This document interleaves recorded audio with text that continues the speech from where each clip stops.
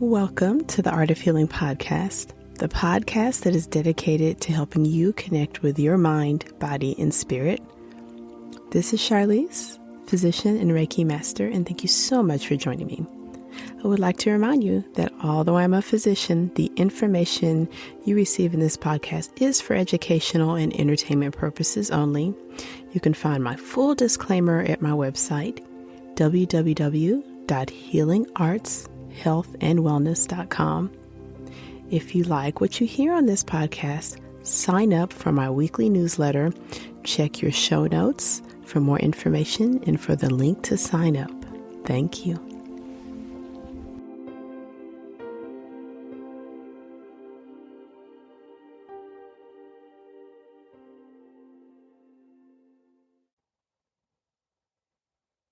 Welcome back to the Art of Healing podcast. This is Charlize. Thank you for joining me.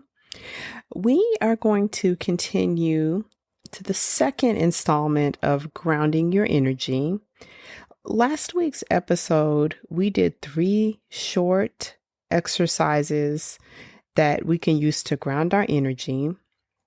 And these are coming from my ebook, 9 Ways to Ground Your Energy. So we're going to continue on with 3 more ways to ground your energy very easily. There is an ebook version of this podcast, the last and next week's, that is free to download both through my website, and I also put in the show notes, called 9 Ways to Ground Your Energy. It's a short ebook that is going to be a visual way to go through these, but during this podcast episode, we'll go through these together.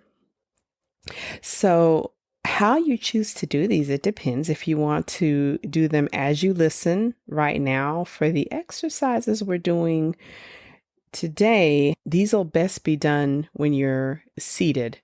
Last week's were easily done standing or walking, but these will best be done if you're seated and in a comfortable position. You might want to download and listen later. You can also listen now, download the ebook, and use that to guide you to try these later on. And you can also just do them right along right now if you're ready. So let's talk a little bit about grounding and anxiety, and then we'll get started on these short exercises. So last week, we talked a little bit about the general description of what grounding is. And kind of the general, just short description is getting out of your head and getting into your body, which is easy enough. But why is it when we say get out of your head, what's happening on the physiology side? So anxiety, and we talked about this a little bit before, can be a brief experience. It can be an emotion. It could be a persistent condition that leads to a medical diagnosis.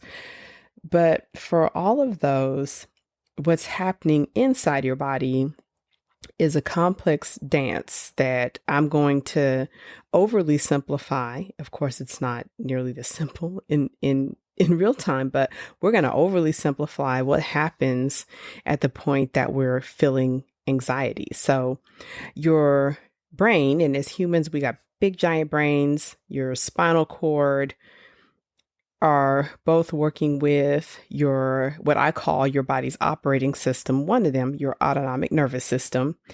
And it is with your brain, your spinal cord, the vagus nerve, on a communication link between all of the glands in your body. So your brain carries the 2 master glands that can control what the other glands do. So though it's the hypothalamus and pituitary gland in the brain, and then in the body, the thyroid gland, thymus gland in the chest, the adrenal glands in the belly, the ovaries in the pelvis of women, and the testicles in men, pelvic, kind of outside of pelvic organs. So there's a constant communication between all those organs and your brain and with each other. When anxiety is happening a little too much or becoming constant, basically the brain and parts of the brain that are mostly involved in executive decision making are overtaking the parts of the brain that control organ function, baseline heart rate, baseline breathing, and baseline production of hormones that govern your digestion and reproductive activity and body temperature. The executive part of the brain is sending a constant stress signal that hits the lower brain, which will then communicate through the vagus nerve to the rest of the body that something bad's going to happen. So the glands in the lower part of the body then correspond. The only signals that they can interpret is stress, something bad's coming. Particularly adrenal glands are getting that, and they have a cool job that they make a large amount of stress hormones, adrenaline type hormones. And when they're getting that signal enough, they will finally release a whole bunch of adrenaline. And that's what we feel. Our heart starts to race, we sweat, our eyes dilate. As the adrenaline works, it pulls blood away from the digestive organs out into the peripheral. So you get a tummy ache, or your digestion stops, or you get constipated, or you get diarrhea. If it's really bad, you might throw up. And that's in exchange so that your limbs can get plenty of blood flow in anticipation of something happening, like a fight or a run or something like that. So when we're grounding, what we're trying to do physiologically is get the frontal lobes, the executive part of the brain, not to be so active. We need them to be active. We need that decision-making and planning part of our brain, but we don't need so much. So as we're grounding, it's our short and easy way of trying to pull some of that electrical activity out of that part of the brain. We focus it down into the body. And us as humans, when our focus goes into our body, we will just naturally begin to relax. So that's what we do when we're grounding. So with these exercises, we'll test this out a little bit more. These will be more in seated position, but let's go ahead and get started. This first exercise is hands on the lower belly. So to do this one, if you want to be seated in a chair, or if you are a little bit more ready and you're maybe seated cross-legged on the floor, this one you can also do if you're laying down.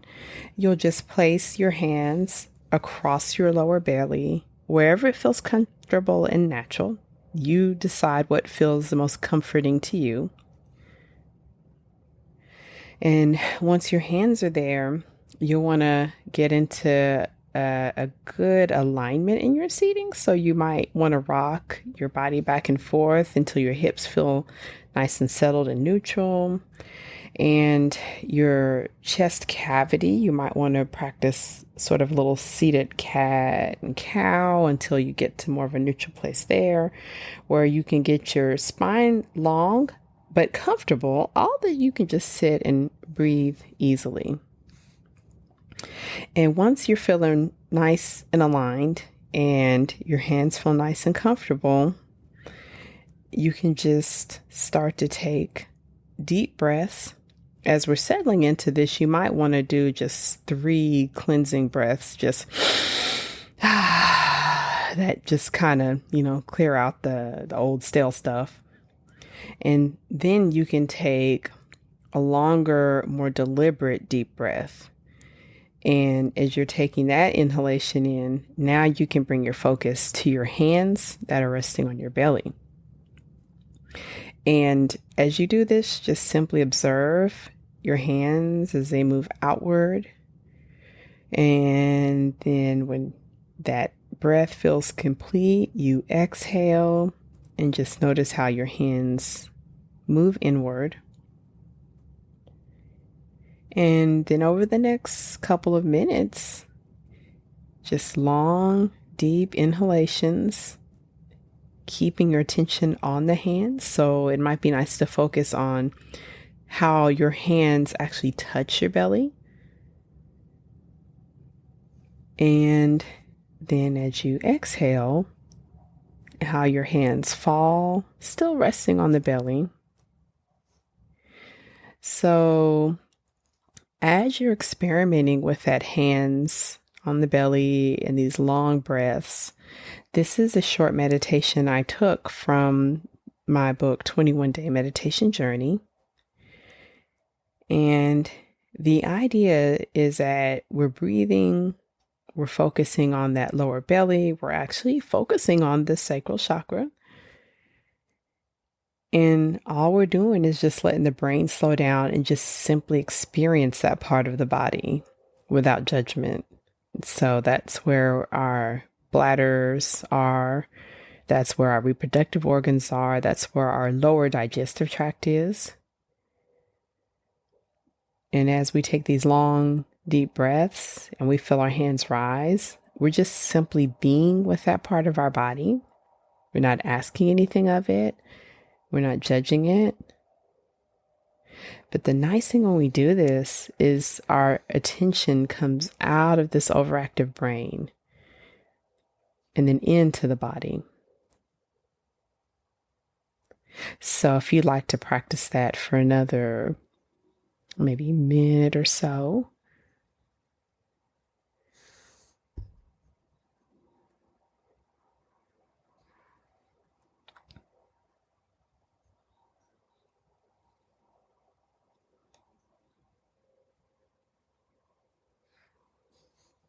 And as you continue, you might notice your breaths get longer and deeper.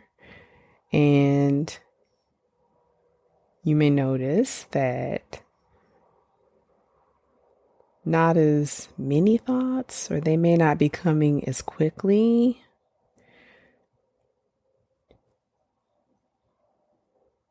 And it's not unusual to feel some warmth in your pelvis. It may be warmth around your bottom area. And if you do feel that, just sit with that. And you may have even closed your eyes at this point.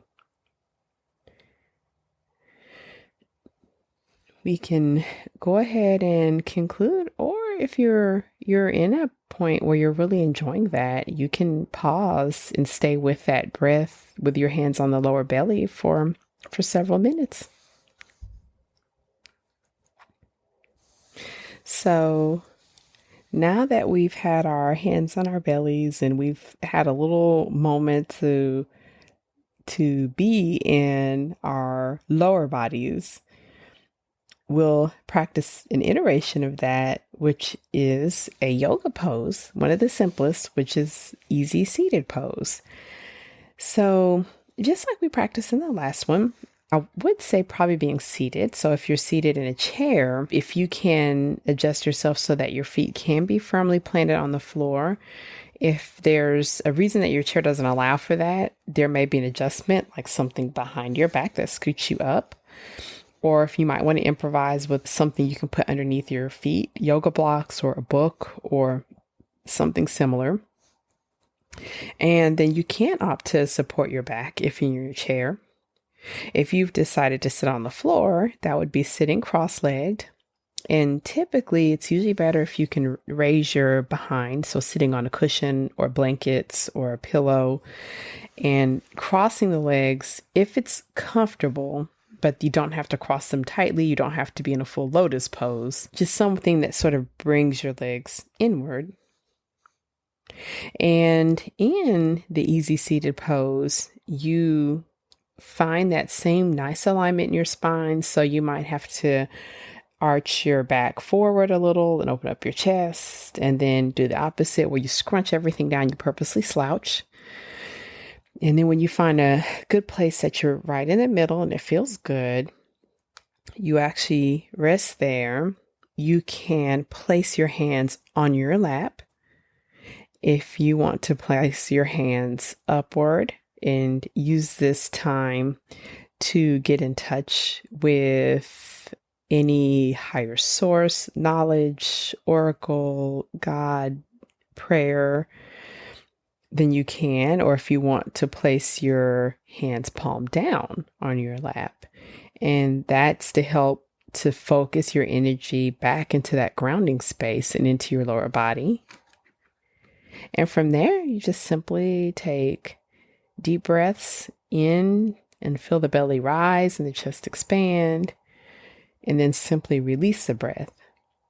And so if you want to stay there for a minute in this easy seated pose,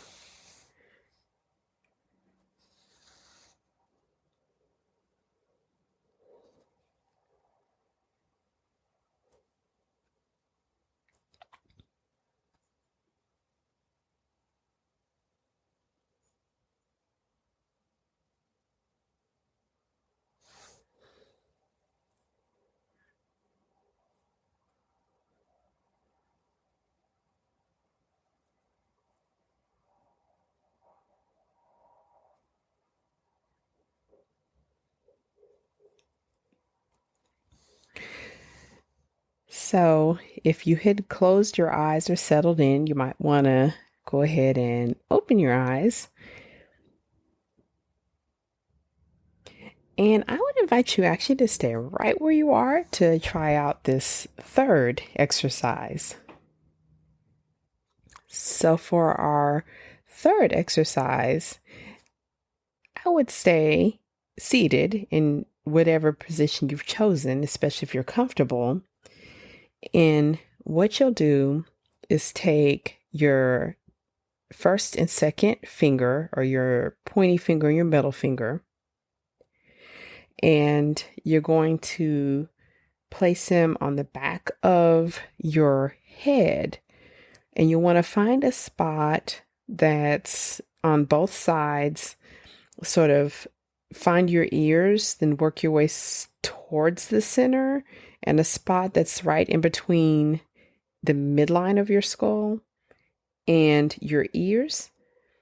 And then you want to find a place where it's the transition between like the bony part and where it's muscle. And if it's tender, then move down or move up and move out to the side. But once you find a place that feels pretty good, you're going to do a little acupressure. So you'll just gently massage with very light pressure. You can do circles, and you can go counterclockwise or clockwise or rotate. You can choose to hold steady pressure, but I would keep it light. But what we're doing is just treating some of our acupressure points just very lightly, and we're using this as a grounding. So as you do that, you can take those big breaths that you'd practice in easy seated pose. And as you're exploring this area, feel free to move your fingers down, up more, to the side more. If you're someone that has migraines, you may become sensitive. There might be a place that even sort of triggers those. And you can just gently, with very light pressure, just to massage those while you take deep breaths in and out.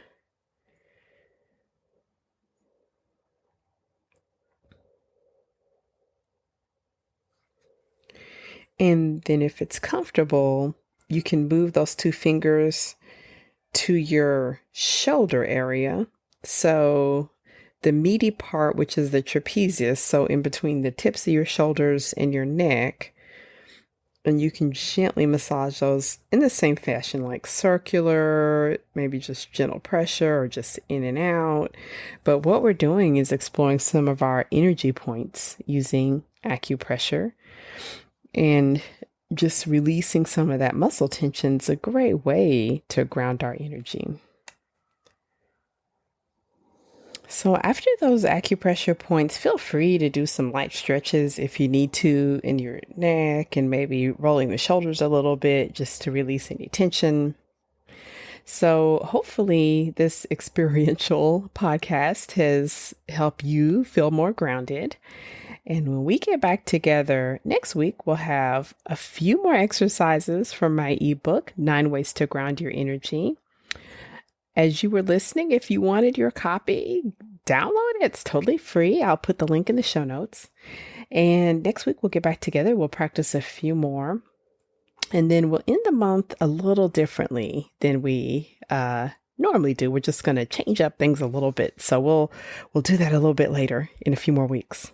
Okay. Thank you so much. Bye-bye. Thank you so much for joining me for this episode of the Art of Healing podcast. Once again, this is Charlize. You can find out more about me at www.healingartshealthandwellness.com. Did you know I have a blog as well as online courses? Check your show notes to sign up for more information about healing arts, health, and wellness. Thank you. Please feel free to share this episode with your friends, family, and loved ones.